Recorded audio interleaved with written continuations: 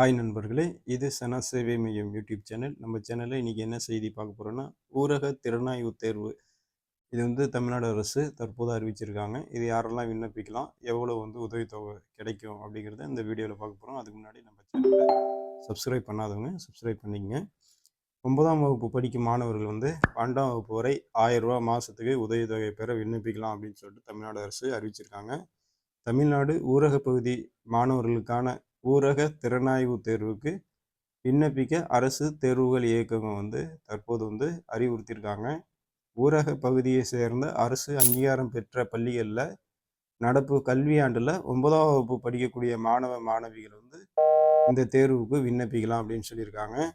ஊரக திறனாய்வு தேர்வு 9ஆம் வகுப்பு படிக்கும் மாணவர்கள் 12ஆம் வகுப்பு வரை ஆண்டுதோறும் ரூ. 1000 ரூபாய் உதவித்தொகை பெறுவதற்கான விண்ணப்பிக்க கடைசி தேதி 20/11/2024 விண்ணப்பிச்சுக்கணும் அப்படின்னு சொல்லியிருக்காங்க.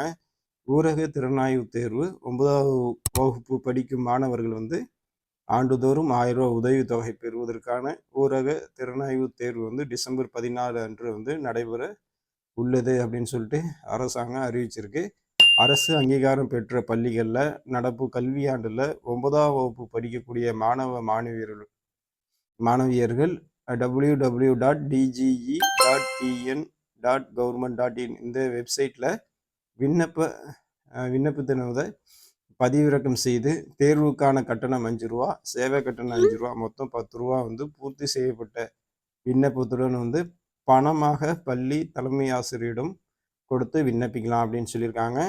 மாவட்டந்தோறும் தேர்ந்தெடுக்கப்படும் 100 மாணவ மாணவியருக்கு 9ஆம் வகுப்பு முதல் 12ஆம் வகுப்பு வரை மாதத்துக்கு 1000 ரூபா அப்படிங்கிற அடிப்படையில் உதவித்தொகை வழங்கப்படும் அப்படின்னு சொல்லியிருக்காங்க. தற்போது 9ஆம் வகுப்பு படிக்கக்கூடிய அரசு பள்ளியில் படிக்கக்கூடிய மாணவ மாணவியர் இந்த ஊரக திறனாய்வு தேர்வுக்கு உங்களை தயார்படுத்தி விண்ணப்பிச்சுக்கிங்க. நன்றி.